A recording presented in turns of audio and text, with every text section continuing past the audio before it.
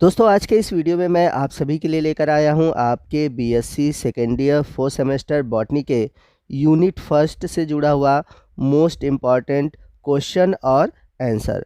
तो आज के इस वीडियो में हम centres of diversity and origin of crop plant से जुड़े हुए ऐसे क्वेश्चन को सॉल्व करेंगे जो कि आपके आने वाले एग्ज़ाम के लिए बहुत ही इम्पॉर्टेंट है।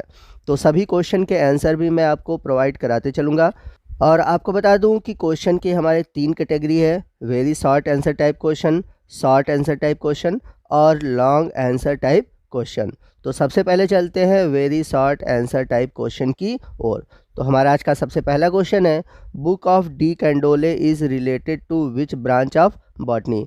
यानी कि डी कैंडोले द्वारा जो बुक लिखा गया था वह बॉटनी के किस ब्रांच से जुड़ा हुआ है। तो इस क्वेश्चन का जो राइट आंसर है ओरिजिन ऑफ कल्टीवेटेड प्लांट। यानी कि डी कैंडोले द्वारा लिखा हुआ जो बुक था ओरिजिन ऑफ कल्टीवेटेड प्लांट, ये बॉटनी का एक ब्रांच है। चलते हैं अगले क्वेश्चन की ओर। क्वेश्चन नंबर 2 है, when the centre of diversity of plant project was stabilise. यानी कि centre of diversity of plant से जुड़ा हुआ जो प्रोजेक्ट था यह कब स्थापित हुआ था। तो इसका आंसर है 1998 यानी कि 1998 में। चलते हैं अगले क्वेश्चन की ओर। क्वेश्चन नंबर 3 है, as of 1998 how many centre of plant diversity were there. यानी कि 1998 में centre of diversity of plant जो दिया गया था उसमें कितने सेंटर ऑफ प्लांट डाइवर्सिटी थे। तो इसका आंसर है 234।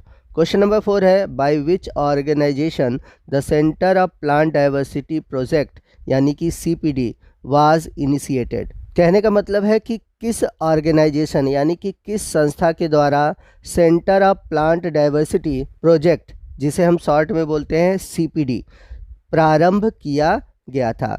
तो आपको बता दें कि IUCN और WWF द्वारा सबसे पहले सीपीडी को प्रारंभ किया गया था। तो ये दो ऑर्गेनाइजेशन है जिन्होंने सीपीडी को प्रारंभ किया था।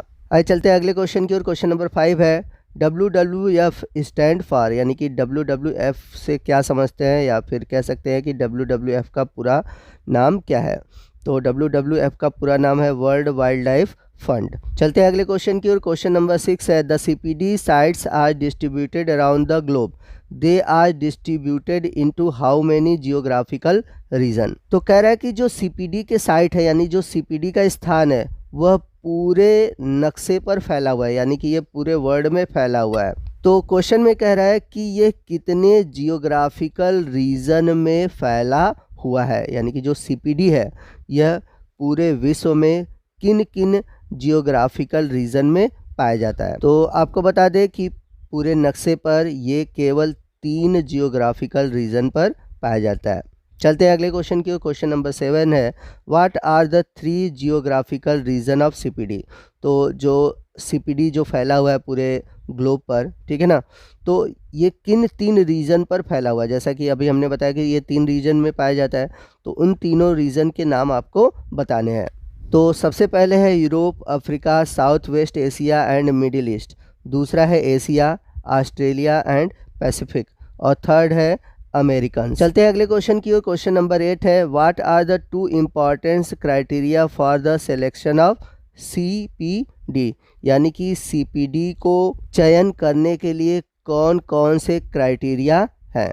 आपको 2 केवल क्राइटेरिया के बारे में बताना है। तो जो 2 इम्पॉर्टेंट क्राइटेरिया है मैं आपको बता देता हूँ। सबसे पहला जो क्राइटेरिया है, area is known to contain a large number of species endemic to it. यानी कि हमें जिस एरिया के बारे में पता है उस एरिया में सबसे अधिक जो एंडेमिक स्पीसीज़ है यानी कि उस क्षेत्र में पाए जाने वाले स्पीसीज़ हैं उनकी संख्या बहुत अधिक होनी चाहिए। सेकंड जो क्राइटेरिया है वो है, the area contain an important gene pool of plant of value to human being.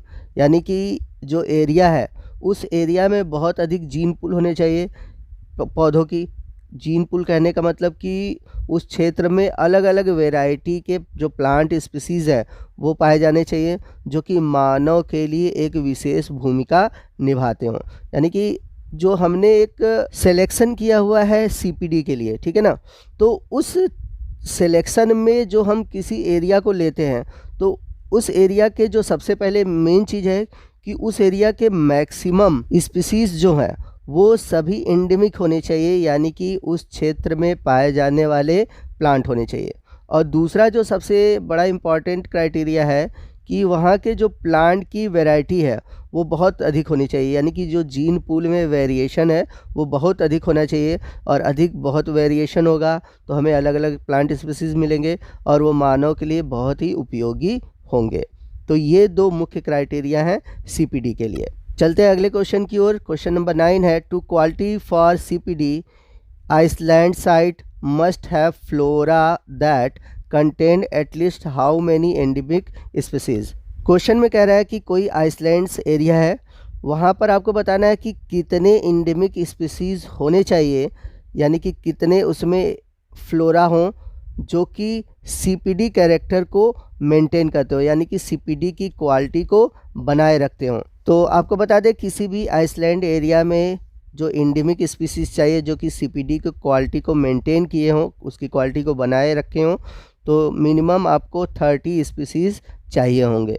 आइए चलते हैं अगले क्वेश्चन की ओर। क्वेश्चन नंबर 10 है, when the international union for the conservation of nature means IUCN was founded, यानी कि सबसे पहले कब IUCN की स्थापना हुई थी। तो IUCN की खोज या फिर कह सकते हैं कि इसकी जो स्थापना हुई थी वो हुई थी 1948 में। चलते हैं अगले क्वेश्चन की ओर। क्वेश्चन नंबर 11 है, इन विच ईयर WWF यानी कि world wild life fund was generated, यानी कि सबसे पहले कब WWF का विकास हुआ था या फिर इसकी उत्पत्ति हुई थी। तो WWF बना था 1961 में। चलते हैं अगले क्वेश्चन की ओर। क्वेश्चन नंबर 13 है, व्हाट इज़ WWF। तो WWF क्या है, मैंने आपको इसका फुल फॉर्म बताया हुआ था, वर्ल्ड वाइल्ड लाइफ फंड। और आपको बता दें कि ये एक नॉन गवर्नमेंट ऑर्गेनाइजेशन है। चलते हैं क्वेश्चन नंबर 14 की ओर। क्वेश्चन नंबर 14 है, the species restricted to a particular geographical region owing to factors such as isolation or response to soil or climatic condition are known as, यानी कि कोई भी जाति जो कि एक पर्टिकुलर जियोग्राफिकल एरिया में सीमित है, उसका खुद का एक फैक्टर है, यानी कि कहने का मतलब है वो एक तरह से आइसोलेट है, सबसे अलग है और रिस्पॉन्सिबल है उस एरिया के क्लाइमेटिक कंडीशन और सॉइल में रहने के लिए। सीधी सी बात है, मैं आपको ऐसे समझा देता हूँ कि कोई एक ऐसी स्पीसीज़ है जो कि एक पर्टिकुलर जियोग्राफिकल एरिया में पाया जाता है, किसी विशेष स्थान पर पाया जाता है और वह केवल उसी क्लाइमेटिक कंडीशन, उसी सॉइल में ही रह सकता है। तो ऐसे स्पीसीज़ को आप क्या बोलोगे। तो जैसा कि मैंने अभी आपको बताया था पीछे कि जो स्पीसीज़ केवल एक पर्टिकुलर एरिया में ही सीमित होते हैं उन्हें हम बोलते हैं एंडेमिक स्पीसीज़। तो इसका आंसर होगा एंडेमिक स्पीसीज़। चलते हैं अगले क्वेश्चन की ओर। क्वेश्चन नंबर 15 है, where is the headquarter of WWF situated. तो आपको बताना है कि WWF का जो हेड क्वार्टर है वह कहाँ पर है। तो आपको बता दें कि WWF का जो हेड क्वार्टर है वो स्विट्जरलैंड में उपस्थित है। तो दोस्तों ये था हमारा आज का वीडियो जो कि centres of diversity and origin of crop plants से जुड़े हुए very short answer type question पर आधारित था। यदि आप चाहते हैं कि इस टॉपिक से जुड़ा हुआ हम शॉर्ट टाइप और लॉन्ग टाइप के क्वेश्चन बनाएं और उसके आंसर भी प्रोवाइड करें तो प्लीज़ आप हमें कमेंट करके बताइएगा। तो मिलते हैं अगले वीडियो में अगले टॉपिक के साथ, तब तक के लिए जय हिंद, जय भारत।